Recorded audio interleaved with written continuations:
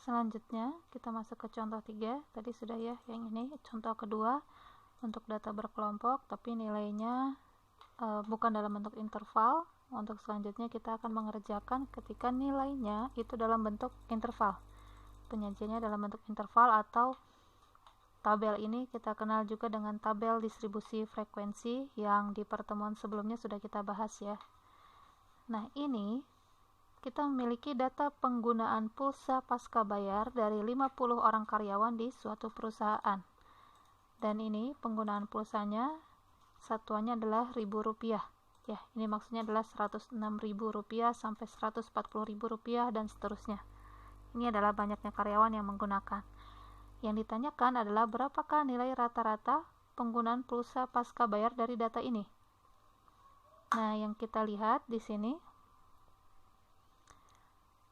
datanya masih dalam bentuk interval. Oleh karena itu, kita butuh menghitung terlebih dahulu ada yang disebut dengan titik tengah.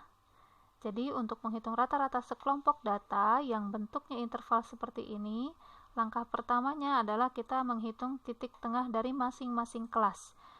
Selanjutnya, titik tengah dilambangkan dengan MI, di mana I itu adalah kelas ya. Berarti kalau untuk kelas 1 adalah M1, untuk kelas 2 adalah M2, dan seterusnya sampai M5 karena kita punya 5 kelas di sini. Nah, untuk menghitung MI, menghitung titik tengah, itu rumusnya adalah batas bawah ya, BBI itu maksudnya adalah batas bawah kelas ke I, dan BA I ini adalah batas atas ya, batas atas kelas ke I dijumlah bagi 2. Seperti itu ya. Jadi mencari tengah-tengahnya 106 tambah 140 bagi 2. 141 ditambah 175 bagi 2, maka kita dapat M1, M2, dan seterusnya sampai M5. Sehingga hasilnya setelah kita menghitung MI dari masing-masing kelas seperti ini ya, kita sudah dapat masing-masing kelas. Ini contohnya ini ya, 106 tambah 140 itu sama dengan 246, dibagi 2 adalah hasilnya 123 ya, menggunakan rumus yang ini tadi. Kita sudah mendapatkan titik tengah dari masing-masing kelas. Untuk memudahkan, di sini saya gunakan lagi satu kolom untuk menghitung FI dikali MI. MI di sini yang merupakan titik tengah, berikutnya dalam rumus rata-rata itu berfungsi sebagai XI. Ya, sebagai nilai tengah. Saya kembali dulu ke rumusnya yang tadi ya. Ya, yang ini. Maka MI yang tadi itu sama saja seperti di sini ya. Jadi kita kalikan masing-masing MI dengan FI-nya, dengan frekuensi dari masing-masing kelas. Atau kalau di sini tahapannya ya, berarti FI dikali MI. 5 kali 123 adalah 615. 13 kali 158 adalah sekian, ini ya 2054, dan seterusnya sampai 5 kelas. Setelah itu kita jumlahkan. Nah, jumlah ini yang akan kita gunakan. Ini rumusnya ya, yang tadi.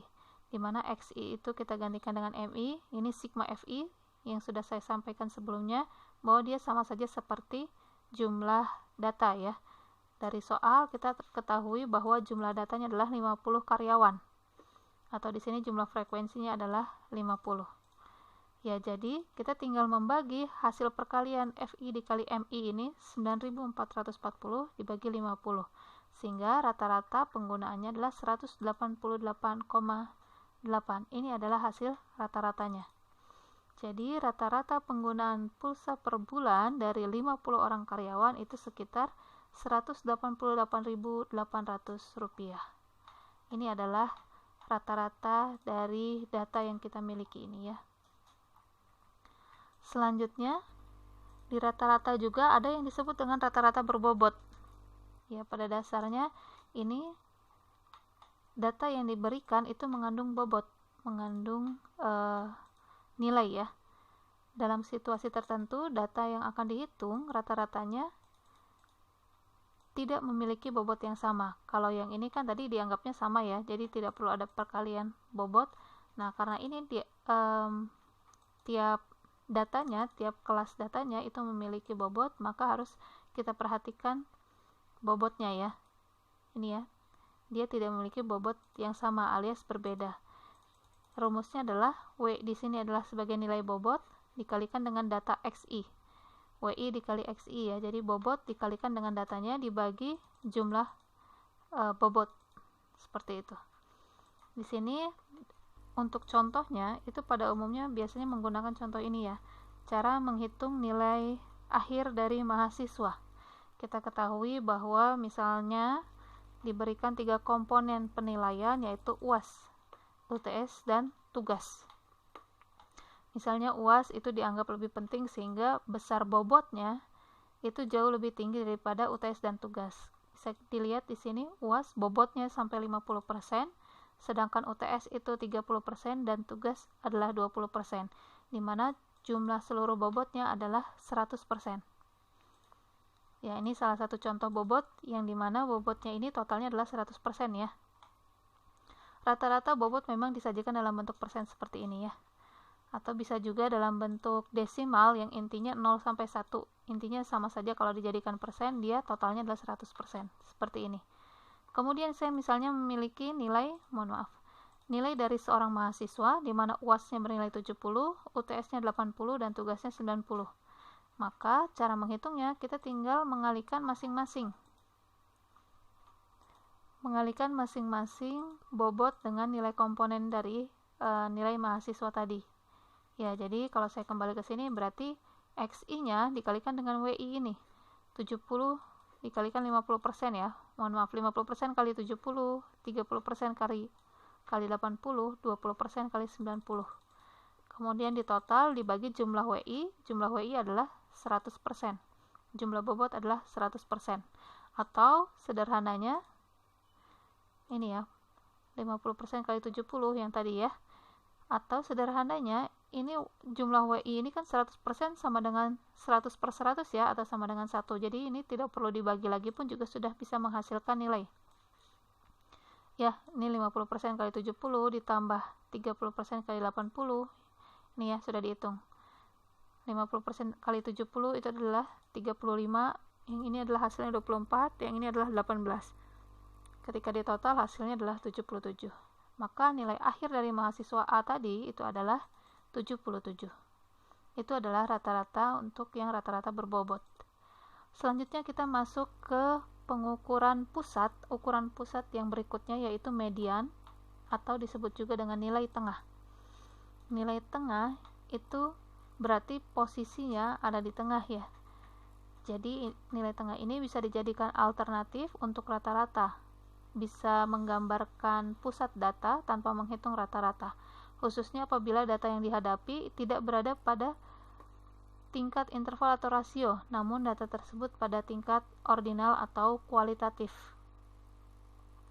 Untuk perhitungannya, ketika data yang diolahnya adalah data tunggal, kita harus memperhatikan banyaknya data.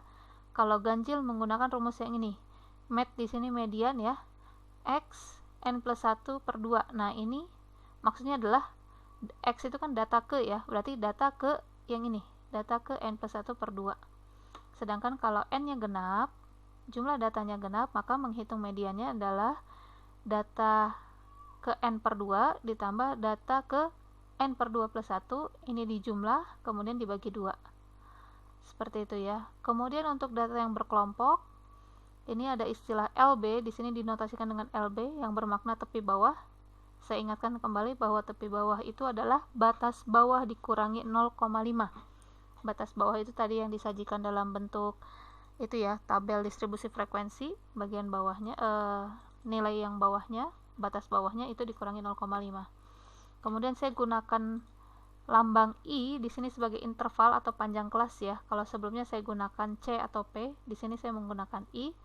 Kemudian N ini adalah banyaknya data, total seluruh data ya. Kemudian FSM itu adalah frekuensi kumulatif. Berarti total frekuensi di sebelum kelas median, di atas kelas median. Kemudian yang terakhir FM adalah frekuensi kelas median tersebut. Nah, untuk menentukan kelas median harus dicari dulu dengan kelas yang berisi data ke n/2. Untuk contohnya nanti akan terbahas ya. Oh ya, hal penting lainnya bahwa data itu harus diurutkan terlebih dahulu dari kecil ke besar atau besar ke kecil.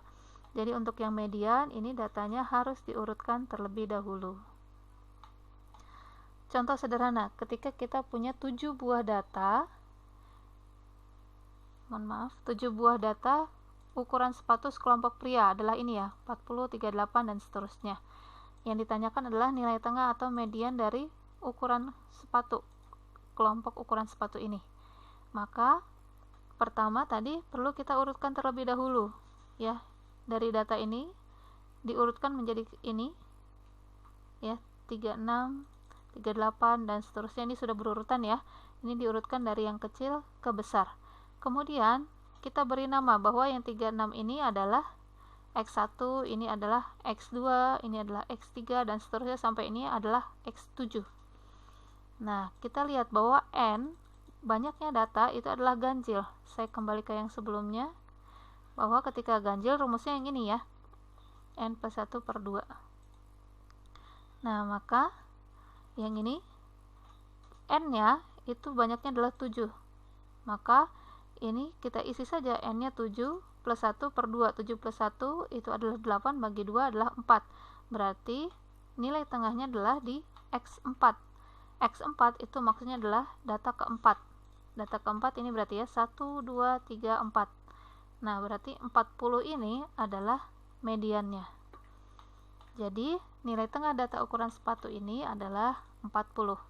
Kita bandingkan dengan yang ketika datanya genap. Kita akan menggunakan rumus N genap karena diketahui 8 buah data masih di ukuran sepatu sekelompok pria, diminta mencari nilai tengahnya.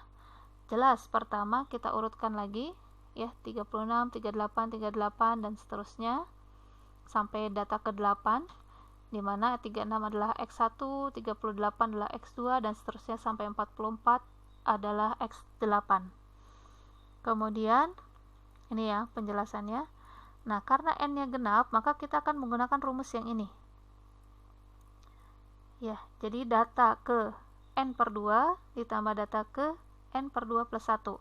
Ini tinggal kita isi saja N-nya. N-nya adalah 8, karena banyaknya data kan 8. X 8 per 2 maksudnya adalah data ke 8 per 2. 8 per 2 adalah 4, jadi X4 ditambah yang ini 8 per 2 plus 1. 4 ditambah 1, 5. Berarti X4 ditambah X5 dibagi 2.